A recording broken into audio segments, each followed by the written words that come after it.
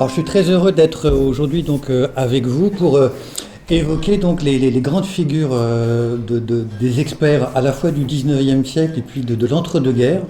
Donc je vais essayer de vous faire un panorama, mais tout à l'heure je vous présenterai donc mon plan, quel est le découpage que je vous propose. Mais tout d'abord peut-être quelques mots sur les experts et sur l'expertise, même si évidemment donc avec la belle exposition et les différentes conférences qui sont déjà tenues ici, bon vous êtes déjà tout à fait au courant. Alors simplement donc juste une précision, c'est que l'expert comme personnage, comme personnalité s'impose en fait en réalité au 19e siècle. Ça ne veut pas dire qu'il n'existait pas des spécialistes des blessures, des coups, des tueries, des empoisonnements donc, au cours des époques antérieures, mais c'était donc relativement donc, marginal et les savoirs n'étaient pas forcément solidifiés.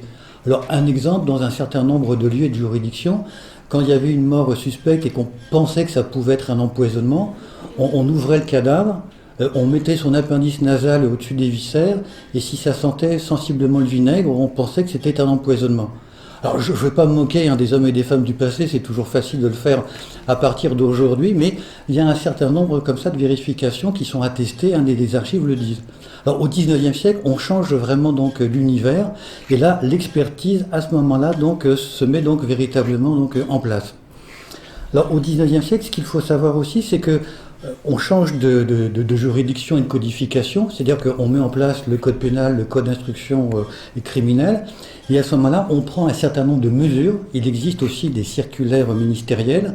Lorsqu'il y a une mort soudaine, donc une mort subite, une mort violente, ou éventuellement une mort suspecte, eh bien, il y a obligation donc d'aller jusqu'au bout et de faire appel à ce qu'on appelle un homme de l'art. Alors l'homme de l'art, évidemment, ça peut être assez vaste. L'homme de l'art, c'est le médecin, puisqu'à l'époque, vous savez, sans rentrer dans le détail, il existe deux catégories, les médecins attitrés et puis les officiers de santé qui étaient en fait des infirmiers. Voilà, et donc logiquement, en cas de mort violente, si on suspecte une action criminelle, c'était dévolu aux médecins.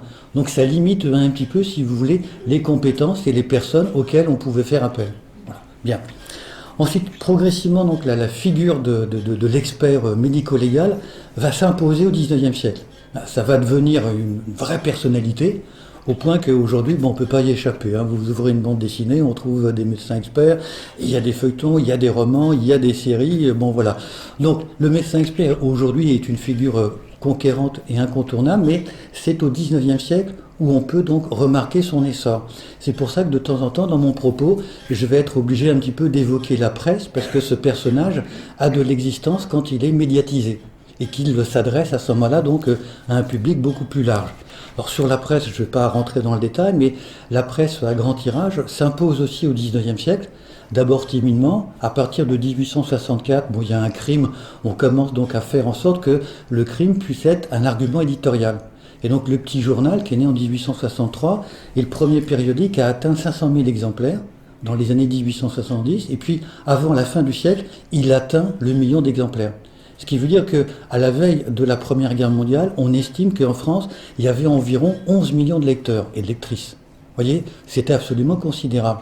Et dans ces journaux, eh bien, la figure de l'expert occupe une place. Voilà. Alors ça, c'était une présentation donc générale. Alors maintenant, voilà. Donc, figure de la médiatisation de l'expert, on n'est jamais mieux servi par soi-même. Donc vous voyez à ce moment-là donc les deux personnages. Donc là évidemment c'est un clin d'œil, mais c'est pour dire que tout simplement même sur le mode humoristique, la question de l'expertise, comment peut-on expliquer éventuellement le passage à l'acte, le geste criminel, eh bien on a ce type de représentation. Et le public à ce moment-là n'est pas du tout offusqué, au contraire, il trouve son compte. Alors je vais vous présenter trois entrées. Tout d'abord, l'imaginaire de la médecine légale. Donc là, je vais plutôt me concentrer autour des années 1880-1910. Là, il y a un véritable âge d'or, si je puis dire, des images, des visuels, des caricatures des médecins légistes. Puisque après la Première Guerre mondiale, vu l'hécatombe que ça a été, le nombre de morts, on ne peut plus plaisanter avec la mort. Voilà, le trépas ne fait pas rire, ou en tout cas, il y a de l'autocensure, et il n'y a quasiment plus de caricatures de ce type-là. Il faudra attendre finalement peut-être le début des années 1930 pour voir ressurgir un certain nombre de dessins et de moqueries autour des cadavres et des dépouilles mortelles. Ensuite, dans un deuxième temps, donc là je le ferai de manière plus chronologique, ce sera l'essor des experts, Voilà, donc là on est encore à ce moment-là dans la pénombre, et puis après la lumière va revenir avec mon troisième point, la science expertale à l'épreuve. Bien, je poursuis. Alors, l'imaginaire de la médecine légale. Alors là je vais évoquer donc trois aspects autour de cet imaginaire. Cet imaginaire, c'est celui qui se met en place en gros à partir des années 1880, quand se diffuse une presse satirique grand public. Et cette presse satirique, elle est particulièrement dynamique. Alors les titres les plus connus, hein, vous les connaissez, L'assiette au beurre, Le rire, Froufrou, Le chat noir. Et cette presse va tout simplement, donc, si je puis dire, être diffusée partout, et ça va construire un imaginaire collectif. Ce qui veut dire que les premières images vont peut-être surprendre le lectorat, mais après chacun va s'y habituer, et ça va créer des attentes.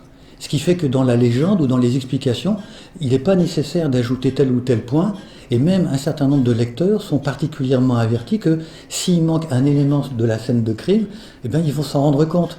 Et donc ils vont protester, on va envoyer des lettres, bon voilà. Donc il y a bien une connivence qui se met en place autour de ces images. Alors ces images, tout d'abord, dans un premier temps, on les voit apparaître, si je puis dire, du point de vue officiel, dans les traités de médecine légale.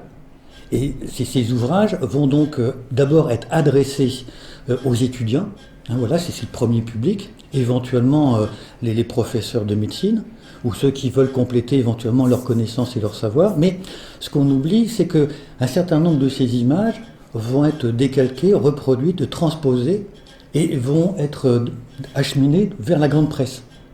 Et donc à ce moment-là, le public est beaucoup plus large que celui qui était initialement prévu. Alors, ces dessins, d'ailleurs, on le voit dans les manuels. Là, vous avez un exemple, c'est le manuel de Vibert, la première édition 1892. C'est une image qui, en fait, n'est pas forcément légitime, puisque pour expliquer donc que la pendaison peut être faite simplement par suspension sans besoin que le corps soit élevé et que les pieds ne reposent pas sur le sol, il n'y avait pas besoin de faire des dessins. Voilà, le texte était suffisamment éloquent pour qu'on puisse le traiter. Donc là, on voit la volonté. Alors, est-ce que c'est une volonté pédagogique pour illustrer le propos, ou au contraire, est-ce que ça dépend plutôt d'un souci, si je puis dire, ou d'une préoccupation un petit peu voyeuriste pour gagner davantage de lectorat? Donc là, il y a une ambiguïté de ce type de dessin de représentation. Alors, ici, autre image, alors elle n'est pas très ragoûtante, mais enfin bon là, c'est pas tout de suite après manger, donc on peut les regarder. C'est une image qui figure dans la deuxième édition du manuel de Vibert que j'ai évoqué tout à l'heure, qui est un médecin légiste, qui est plutôt un praticien, qui n'est pas du tout un théoricien, et lui, à la fin de sa vie, il se vantait d'avoir pratiqué 10 000 autopsies, puisque ça lui donnait une légitimité, puis en disant que à partir de son savoir-faire, il était tout à fait accrédité pour prendre la parole sur ces sujets-là. Et dans son manuel, donc a priori ça s'adresse aux étudiants, on voit cette image-là, c'est une planche couleur, papier glacé, et c'est un homme qui a été vitriolé. Alors, il a existé, vous le savez peut-être, une mode du vitriolage à la fin du 19e siècle, qui a duré à peu près une vingtaine d'années. Donc c'est plutôt lié donc à des affaires de jalousie ou de vengeance. Bon là, une jeune femme qui a été conduite à ce moment-là parce que son amant lui a promis le mariage, elle a accepté d'avoir un commerce charnel avec lui, et puis après elle lui a dit non, finalement non, c'est pas toi parce que j'ai trouvé quelqu'un de plus fortuné. Bon voilà, on est un petit peu dans le cadre, si je peux dire, d'un certain nombre de romans, mais cette mode du vitriolage se diffuse et se répand. Ça commence d'ailleurs par le sud de la France, et puis progressivement ça monte vers le nord, et ça gagne un petit peu tout le monde. Voilà. Donc quand on veut se venger, là, c'est pas l'arme blanche, c'est pas un coup de revolver, c'est à l'aide de vitriol.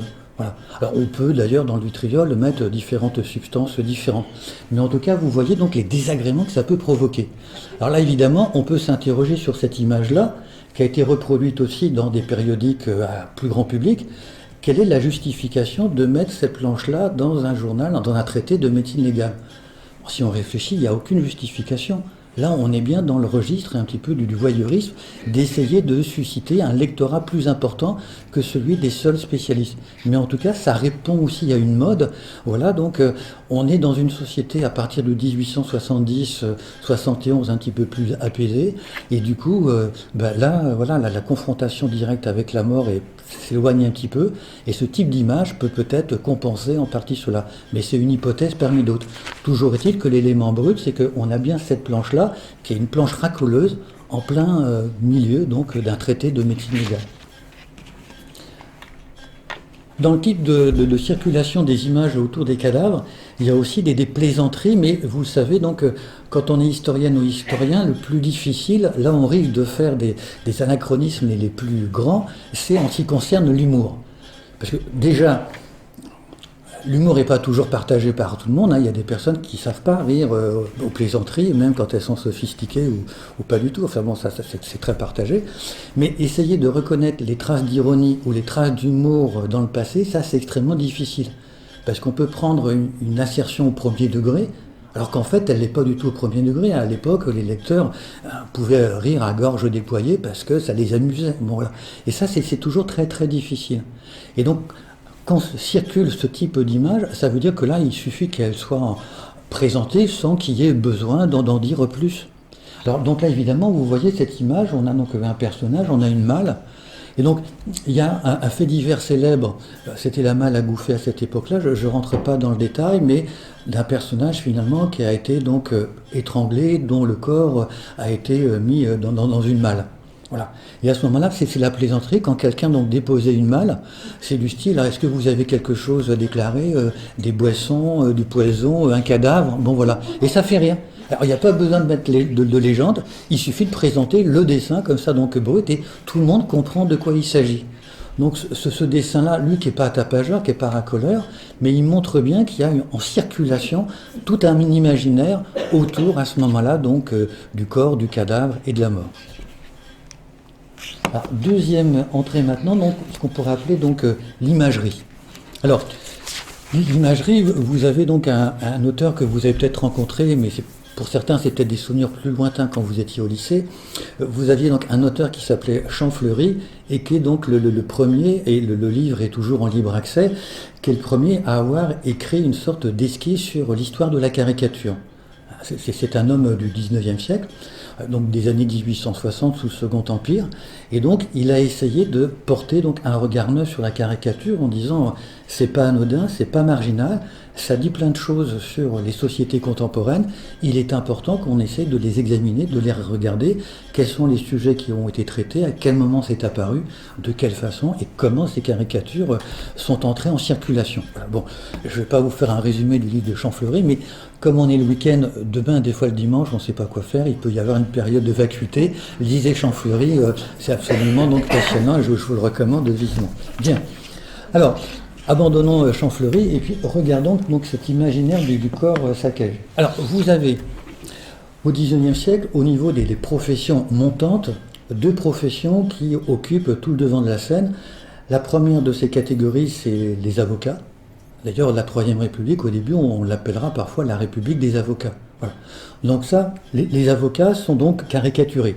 Il y a pas mal de dessins de presse ou dessins qui sont vraiment des caricatures sur les avocats. La deuxième grande profession, c'est celle des médecins. Et donc, évidemment, ces deux professions intéressent le public pour des raisons tout à fait différentes. Les médecins, parce qu'on assiste à un certain nombre donc, de progrès, la découverte des microbes, des animalcules, etc.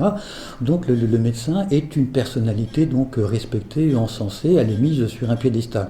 Et puis les avocats aussi, mais pour d'autres raisons. Alors évidemment, quand une catégorie comme ça donc, est à l'avant en poupe, elle est finalement l'objet d'un certain nombre de quolibets ou de plaisanteries. Alors d'ailleurs c'est intéressant, on peut mener l'étude parce qu'il y a des catégories professionnelles qui intéressent personne. Par exemple, moi qui suis universitaire, il n'y a pas de caricature d'universitaire. Alors là, un flop total, on n'intéresse personne, il n'y a pas même un petit dessinateur peu connu qui aurait fait ses armes, non, voilà. Bref, alors je ferme cette parenthèse, je reviens donc à mes médecins. Et donc ces caricatures sur les médecins, alors on voit bon, le médecin de campagne, on voit le médecin de famille, on voit aussi le chirurgien, et puis aussi, bien sûr, on entre à l'intérieur de la salle d'autopsie. Et donc là, on a toutes sortes de plaisanteries. Alors certaines ne nous feraient pas forcément rire aujourd'hui. Donc là, voilà, là, c'est le médecin, il y a donc un cadavre, et puis il se demande s'il n'a pas recousu le corps trop vite parce qu'il ne retrouve plus son alliance. Voilà. Et donc il se dit, il est peut-être resté à l'intérieur, il faudrait peut-être recommencer donc l'opération. Bon voilà. Donc ce genre de plaisanterie. Voilà. Alors il faut aussi savoir, quand on lit les caricatures de cette époque-là, que il existait une profession qui a disparu après, qui était la profession des légendiers. C'est-à-dire qu'à l'époque, celui qui était le dessinateur, c'était pas forcément celui qui rédigeait la légende. Parfois, c'était quelqu'un d'autre. souvent le dessinateur proposait un premier jet, une légende, et puis c'est le rédacteur en chef qui disait non là bon c'est pas terrible, c'est pas efficace, ça va pas faire mouche, ça va pas plaire, et donc qui demandait à ce moment-là à un spécialiste de la légende, à partir de l'image, de lui écrire, de lui proposer donc un court texte pour essayer d'arracher un sourire aux lecteurs potentiels et faire en sorte que ces lecteurs achètent le numéro suivant quand la distraction aura plu. Voilà.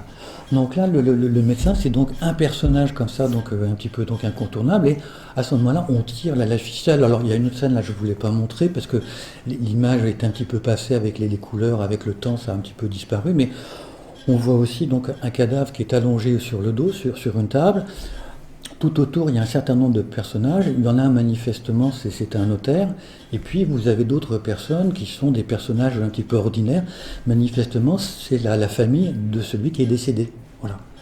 Et donc, là, on découvre, en lisant la légende, qu'en fait, il y avait un différend entre la famille et puis celui qui était décédé, qui était le chef de famille. Donc, c'est lui qui avait tous les biens, qui avait la richesse. Et comme il ne s'entendait plus du tout avec les membres de sa famille, sentant la mort venir, il a avalé son testament. Et donc, on se dépêche à ce moment-là de le disséquer pour voir, en espérant que les sucs gastriques ne vont pas donc à ce moment-là détruire ou ronger donc l'écriture pour savoir. Vous voyez donc le type de plaisanterie. Alors, je suis sûr qu'aujourd'hui, ça ferait rire personne ce genre de situation et de plaisanterie. Voilà. Mais c'est un petit peu comme ça. Voilà. Alors, l'amputation. Donc là, c'est moins drôle, mais le thème de l'amputation, et on pourrait d'ailleurs en faire une histoire, hein, si quelqu'un voulait reprendre des études ou faire une thèse annexe. La question des amputations, les corps amputés passionnent les dessinateurs. Alors pourquoi là, je ne sais pas. Est-ce que c'est quelque chose qui fait peur à cette époque-là, parce que c'est une mesure un petit peu extrême quand on suppose voilà, qu'un membre peut être gangréné et donc on coupe tout de suite, on ampute. Mais en tout cas, il y a des représentations de l'amputation ou des amputations qui est assez nombreuse, assez en circulation au cours de cette époque-là. Vous voyez ? Alors là, j'ai pas mis trop d'images hein, quand même. Voilà. Ensuite, autre type de caricature, bon là j'en ai pas mis non plus beaucoup, c'est le tablier ensanglanté, pour faire sérieux. Voilà, il faut que le médecin légiste qui est en train de disséquer le corps, pour qu'on reconnaisse bien que c'est un médecin légiste et pas un chirurgien, si je peux dire, qui se livre à une autre opération, il faut qu'il ait du sang partout. Voilà. Alors là, on a des tabliers souvent donc d'un blanc immaculé, voilà, mais avec des traces de main, des giclures de sang. Bon voilà, donc là, ça fait donc partie à ce moment-là des éléments qu'on voit apparaître régulièrement donc, dans les caricatures. Donc un médecin légiste qui ne serait pas en tablier, il n'y aurait pas de sang sur son tablier, il ne ferait pas sérieux. Donc du coup, je suis sûr que le public aurait protesté, aurait peut-être monté un comité de protestation en disant « Mais qu'est-ce que c'est que ce dessinateur qui ne propose pas de tablier ensanglanté ?» Alors 1909, alors pourquoi 1909 autour de l'imagerie? Parce qu'à cette époque-là, dans la société va se diffuser un vrai débat, une polémique, puisqu'on s'est rendu compte en 1909, il y a un scandale, qu'il y a un médecin, un sergent de ville pour être plus précis, voilà, dont le corps a été manipulé sans l'autorisation de la famille. C'est-à-dire qu'on a ôté le cerveau, et on a remplacé, on a fourré, si je peux dire, la boîte crânienne avec du papier journal. Voilà. Alors évidemment, pour des enquêteurs après qui ont découvert le scandale, c'était plus facile de remonter le fil, puisque c'était le journal du jour, donc on savait à ce moment-là à quel moment ça avait été fait, la manipulation. Bon, voilà, ça, bien. Mais au-delà de ça, il y a donc un débat, c'est-à-dire le corps mort, est-ce qu'on a le droit de le manipuler comme ça? Qu'est-ce qu'on peut faire d'un corps mort? Voilà. Alors à l'époque, le cadavre n'a pas de statut juridique. Là, c'est le problème. Il y a d'autres scandales où, par exemple, c'est une épouse éplorée avait conservé dans son salon la momie de son mari, par exemple. Bon, voilà, on lui avait pas réclamé. Voilà. Bon. Alors, c'est pas des pratiques à suivre, hein, voilà, mais bon, bon, bien. Alors, toujours est-il que, là, à ce moment-là, donc en 1909, il y a un vrai débat qui agite l'opinion publique, c'est-à-dire quel est le statut du corps mort. Donc là, il y a évidemment même un ou deux ministres qui prennent la parole en disant non, le cadavre, c'est une dépouille mortelle, il a le droit au respect et on ne peut pas faire ce qu'on en veut. Alors, il ajoute après une petite note, bon, le corps des criminels, c'est autre chose. Alors peut-être qu'on peut les manipuler, mais pas ceux des gens ordinaires. Alors, les corps des criminels avaient fait l'objet de scandales précédents, notamment en 1887, puisque là, un criminel célèbre qui s'appelait Pranzini, on avait enlevé des morceaux de peau Et on en avait fait donc un portefeuille, des porte-cartes de visite qu'on avait distribués à la cantonale. Donc ça avait fait un scandale. Alors, on comprend, hein, voilà. Bon, mais du coup, on se dit à ce moment-là, donc voilà, là, le corps des criminels comme ça, on n'a pas le droit de faire ça. C'est de la peau humaine. C'est le corps humain, doit être sacré. On ne peut pas donc en faire ce qu'on en veut. Alors là, en 1909, évidemment, le scandale change un petit peu de nature, parce que là, c'est un sergent de ville, c'est pas un criminel. Voilà. Et donc là, il y a un débat qui traverse avec des prises de position en disant donc on va essayer de faire quelque chose. Alors, le législateur ne suit pas à ce moment-là, il n'y a pas de loi, voilà. Mais en tout cas, il y a une prise de conscience, si je peux dire, un petit peu collective, ce qui veut dire aussi que dans les amphithéâtres de médecine, et j'ai rien contre les carabins, les étudiants de médecine, hein, qui sont obligés de faire des exercices pratiques, mais du coup, on ne peut pas faire donc n'importe quoi sur un corps qui est apporté donc à la faculté de médecine. Voilà.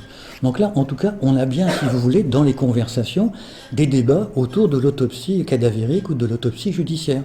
C'est pas un sujet donc marginal, c'est-à-dire que là on en parle, cette affaire de 1909, à la limite, on est là dans la cuisine, on invite une voisine ou un voisin, on épluche les haricots verts et puis on discute. Alors tu as lu le journal ou 1900, oh non quand même, là, ça se fait pas, enfin bref. Donc l'histoire du cadavre et de l'autopsie judiciaire à ce moment-là fait partie donc des préoccupations donc des unes et des uns. Voilà, ça c'est donc une nouveauté. L'amputation, voilà, bon. Donc là, il n'y en a qu'un seul qui rigole, hein, vous voyez, c'est le médecin donc fait une plaisanterie en disant donc bon voilà, celle-là c'est la bonne, parce que ça vient d'un autre scandale médico-légal où là c'était un malheureux qui entre comme ça en chirurgie, il est opéré et on doit lui couper une jambe. Et quand il se réveille, ben, il s'est rendu compte que le chirurgien s'était trompé de jambe. Voilà. Donc là, il n'y a pas besoin de te faire une légende explicite. Voilà, là, on a coupé les deux jambes. Et comme ça, donc le médecin dit, bon, ben là, il n'y a pas d'erreur, hein, puisque les deux ont été enlevés. Hein, donc voilà, c'est... Bon. Vous voyez donc toute cette imaginaire et cette imagerie autour, à ce moment-là, du corps amputé. Alors, autre exemple ici.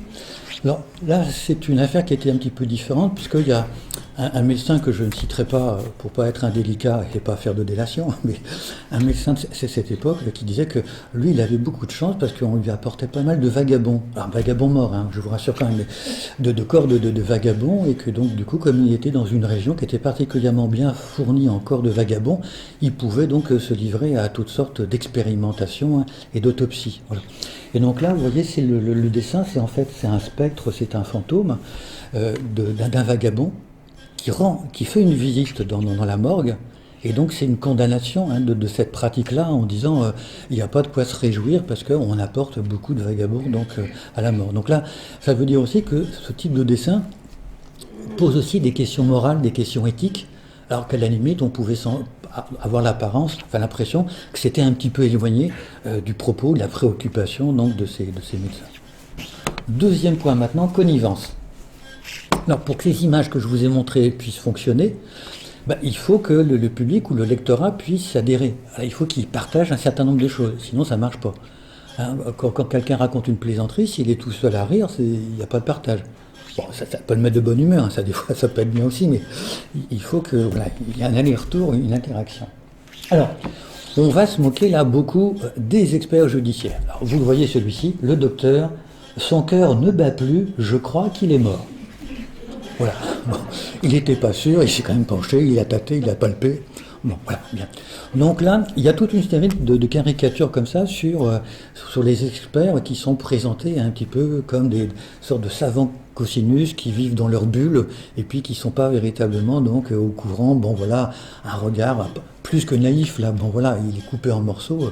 Tiens, est-ce qu'il a son cœur bon voilà. Donc là, on voit bien donc le ridicule de la scène. Mais c'est un petit peu comme Molière et le médecin malgré lui. Donc là, on a une véritable charge par l'image contre la corporation des experts. Voilà. Là, c'est autre chose. Donc là, il s'agit donc d'affaires de pédophilie, hein, de la fin du 19e siècle. Voilà. Même si le mot pédophilie, lui, ne s'impose dans la littérature spécialisée qu'au cours des années 1930. Hein, donc là, on utilisait d'autres expressions. Et donc à ce moment-là, on change de regard sur l'enfant. C'est-à-dire que jusqu'à présent, le crime le plus horrible qu'on pouvait commettre, c'était un crime contre un adulte. Contre un grand-père, contre un père, c'était le parricide. Ou éventuellement, au-delà, au-dessus, le crime contre le chef de l'État. Voilà. On ne voyait rien, si je peux dire, dans l'échelle de valeur de ce qui pouvait susciter la plus grande désapprobation. Et puis au XIXe siècle, on prête de plus en plus attention aux enfants. Et donc on voit que les mentalités sont en train de se transformer, de se changer. Et à la fin du XIXe siècle, alors même s'il n'y avait pas de sondage à cette époque-là, mais on en vient à dire, la littérature en tout cas est plus abondante, on en vient à dire que le crime le plus épouvantable, ça peut être le viol, le meurtre d'une enfant. Voilà. Donc changement de mentalité, changement de sensibilité de toute une société. Voilà. Donc là, c'est à partir d'une affaire célèbre, c'est une fillette qui a été tuée, et puis le corps a été dépecé. Donc là, la légende ne le précise pas, mais on voit bien à ce moment-là qu'on présente le corps de l'enfant, on voit bien que c'est une jeune fille, ou un enfant, c'est pas un corps d'adulte, qui est tronçonné, dépecé, et puis tout autour, on voit bien donc à ce moment-là qu'on va se moquer moins des experts que des journalistes, qui vont médiatiser les procédés des experts.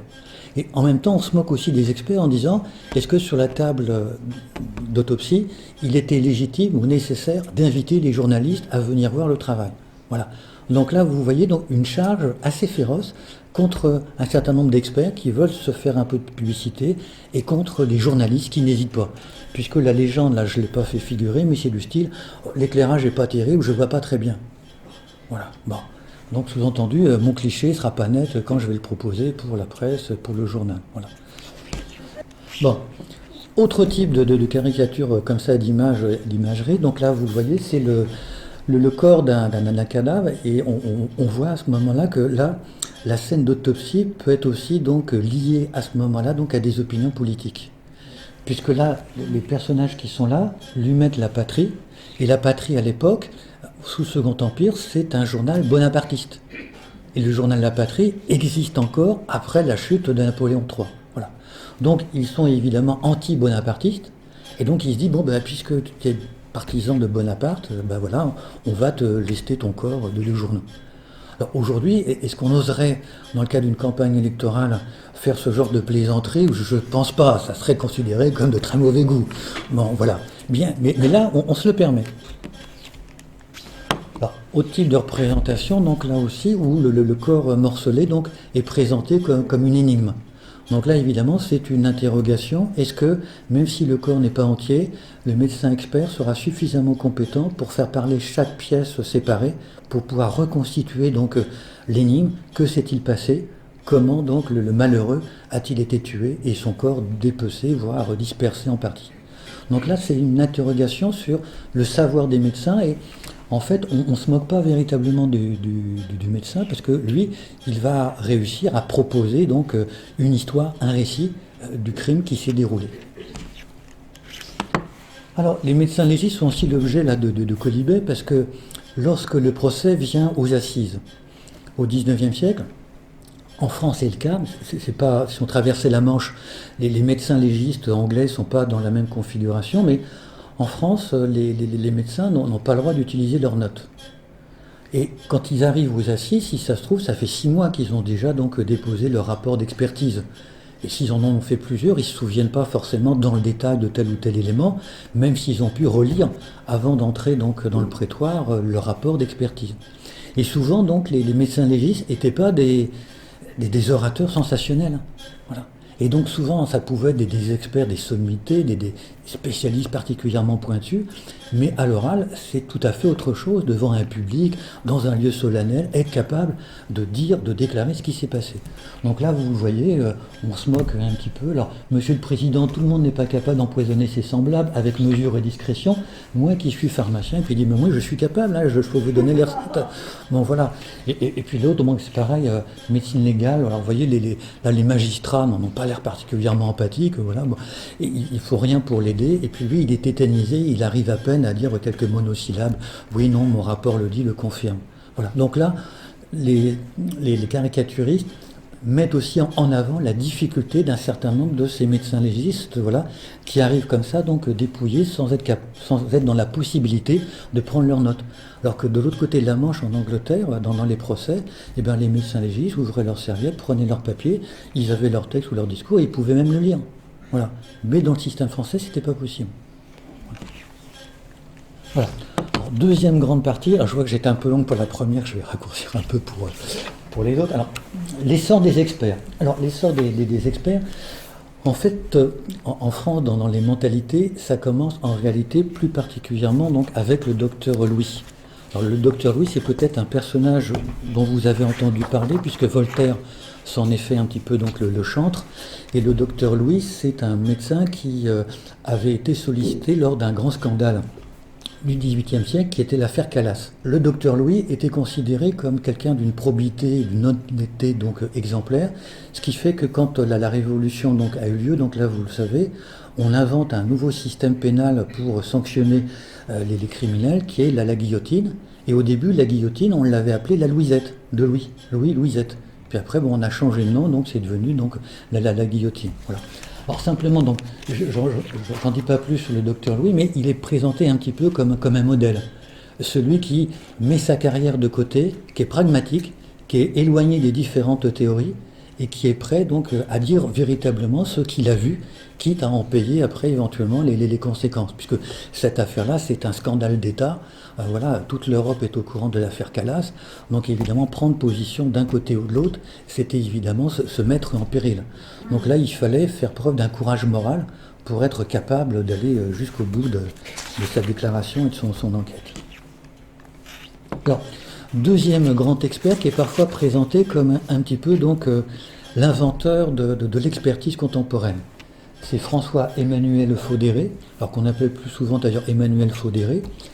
C'est un médecin légiste qui a fait un manuel, un traité, à deux moments différents. Premier moment donc à la fin du XVIIIe siècle, et puis deuxième moment au début du XIXe siècle, entre 1813 et 1815. Il y a 5 volumes.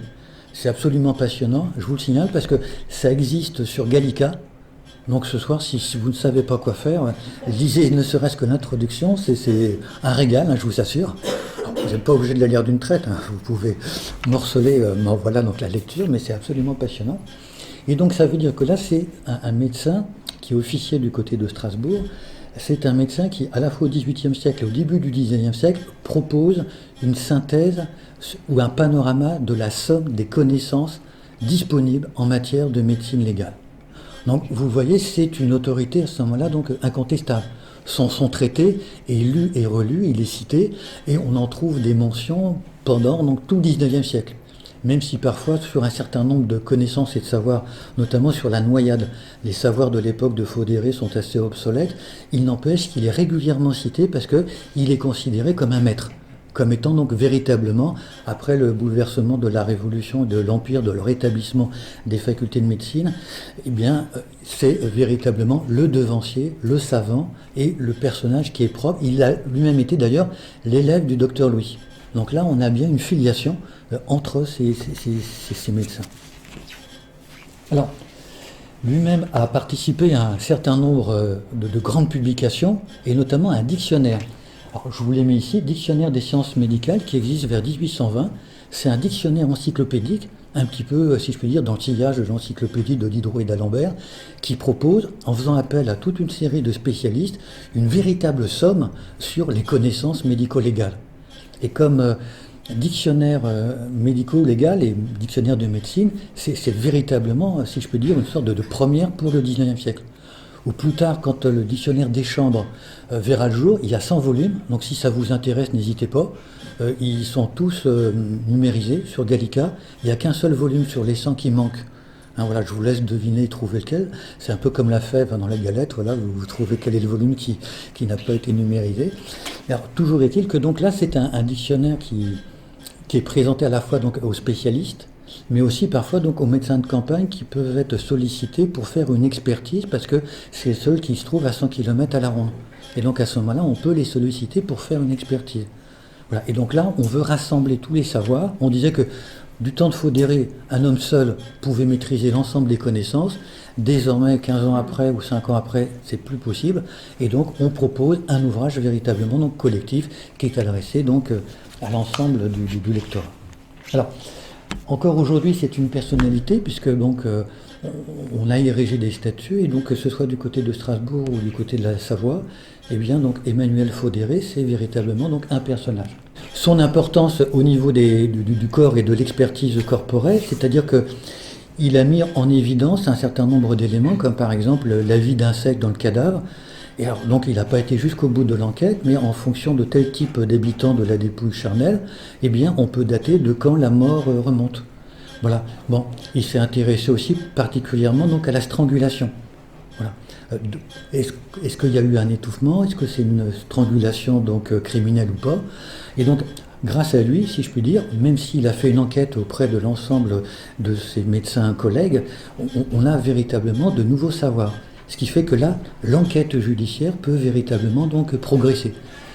Puisque logiquement, un médecin expert, lorsqu'il est sollicité par la justice, il n'a pas le droit d'aller au-delà de ce qu'on lui demande. C'est-à-dire que logiquement, c'est le juge d'instruction, alors parfois ça peut être le parquetier, qui pose un certain nombre de questions et le médecin expert répond aux questions.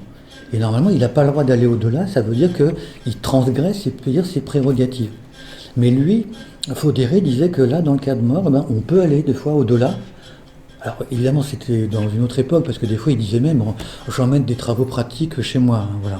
Bon, il prenait partie des intestins, il amenait ça, parce que ce qu'il ne faut pas oublier, c'est que à l'époque, par exemple, quand on fait une autopsie, la justice et les médecins arrivent, voilà, c'est en campagne, c'est pas en pleine ville, on prend la porte de la maison, on dégonce ça, on met ça sur des tréteaux, on a la lumière du soleil, ou on fait ça à l'intérieur de la maison, et donc c'est la lumière du jour qui permet de voir, etc. Et en fonction de l'heure à laquelle on arrive, bon là le corps n'est pas réfrigéré, bon, il n'y a pas d'autre possibilité, donc il faut travailler vite. Voilà. Et donc vous avez là un certain nombre de médecins experts qui prennent évidemment de quoi faire un TP et puis d'analyser après ça plus longuement et tranquillement, si je peux dire, telle ou telle partie du corps humain. Voilà. Et donc Faudéré considérait qu'en prenant un certain nombre de précautions, ça pouvait être légitime de procéder ainsi, puisqu'il disait que le premier devoir du médecin expert, c'est d'accéder à la vérité. Voilà. Bien. Alors, autre type d'expert maintenant dans cette galerie de portraits, c'est Mathieu Orfila. Alors Mathieu Orfila, c'est un expert. Alors, ici, vous avez donc une doctorante qui fait sa thèse sur l'empoisonnement, plus particulièrement sur l'arsenic. Donc, je vais donc prendre la parole sous sa tutelle ou sous son autorité, en espérant que je ne vais pas déborder et dire d'énormités. Alors, toujours est-il que Mathieu Orfila, voilà, c'est lui qui se met en scène, vous voyez, dans cet accoutrement. Alors, on peut considérer que c'est véritablement donc l'inventeur d'une discipline, d'une science qui est la toxicologie. Cette toxicologie, c'est la science des poisons. Alors, science des poisons, c'est-à-dire qu'il fait une classification, il découvre en disant, finalement, si on ne connaît rien aux poisons, on peut faire une typologie. Il y a les poisons minéraux, les poisons végétaux, etc. Et puis, il donne aussi toute une série d'éléments sur les effets de tels poisons sur l'organisme. Alors évidemment, comme on ne peut pas travailler sur des êtres humains ou sur des volontaires, même ça ne se fait pas, donc il y a un certain nombre d'expérimentations qui ont été faites sur des animaux pour voir éventuellement l'effet que telle substance pouvait donc produire sur les animaux. Alors à l'époque, la SPA n'existait pas encore, ce sera un petit peu plus tard. Bon, du coup, il ne rendait pas beaucoup de compte à ce moment-là sur la maltraitance animale, mais c'est un autre sujet. Alors, toujours est-il que donc c'est un véritable savant, parce que il fait aussi donc l'inventaire de plantes qui peuvent présenter des dangers, et puis en même temps, il fait aussi des expérimentations sur telle substance qui peut être mortelle pour le corps humain, mais si elle est dosée de manière donc relative, elle peut être bénéfique parce qu'elle peut endormir le corps humain pendant quelques heures, et à ce moment-là, on peut procéder à une opération. Donc voilà, donc là, c'est une véritable science qu'il met en place. Alors, la particularité évidemment d'Orfila, c'est qu'il était médecin du roi. Et donc ça lui donne à ce moment-là une autorité, une légitimité considérable. Alors, il se fait connaître dans les manuels. Son image est également donc enjolivée dans un périodique de cette époque-là qui s'appelait la Gazette des Tribunaux, dont le premier numéro, la première livraison, est sortie en octobre 1825. Voilà. Et à ce moment-là, quand on voulait avoir des informations sur les procès, sur les substances toxiques, il n'y avait quasiment que ce périodique-là, puisque les autres quotidiens donc, vont avoir du mal à se mettre en place et ça sera plus tardif de toute façon. Voilà, traiter des poisons, tirer des règnes minérales, végétales et animales, le tome premier, ou encore on voit ici tout simplement donc un certain nombre de planches, donc là c'est plus artistique, mais ça permet de présenter à ce moment-là tout un univers. Voilà. Donc c'est lui qui invente la toxicologie et il devient très célèbre lors d'une grande affaire, ce qui est arrivé pour la plupart des experts judiciaires. Cette grande affaire, c'est l'affaire Lafarge. l'affaire Lafarge qui s'est déroulée dans le Limousin en 1840, où vous avez donc un homme, Monsieur Lafarge, qui se sent mal alors qu'il est à Paris pour faire des affaires. C'est un noble désargenté. Il est rapatrié chez lui dans le Limousin, et là il meurt. Et à ce moment-là, cette affaire devient une affaire célèbre. Alors ça reste un mystère toujours, pourquoi telle affaire, à un moment donné, devient une affaire célèbre. Quand on regarde le nombre de crimes commis par an à cette époque-là, il y a plein d'affaires. Elle n'est pas particulièrement horrible, mais c'est elle qui traverse, si je puis dire, le mur de l'indifférence et qui accède au grand public et tout le monde en parle. Ça devient donc l'affaire de l'année, voire l'affaire de la décennie. Et à ce moment-là, cette affaire qui se déroule en 1840, c'est une affaire qui traite de l'arsenic. Et pour la première fois, on assiste, dans un procès médiatisé, à une bataille d'experts. Parce que les défenseurs de Marie Lafarge disent que non, ce n'est pas elle qui a empoisonné son mari. Son mari est mort d'une indigestion. On lui avait envoyé des gâteaux à la crème 15 jours avant. Bon voilà, si le gâteau a une semaine pour voyager à la crème, même aujourd'hui, on n'en mangerait pas forcément. Donc, bref, sans rentrer dans le détail.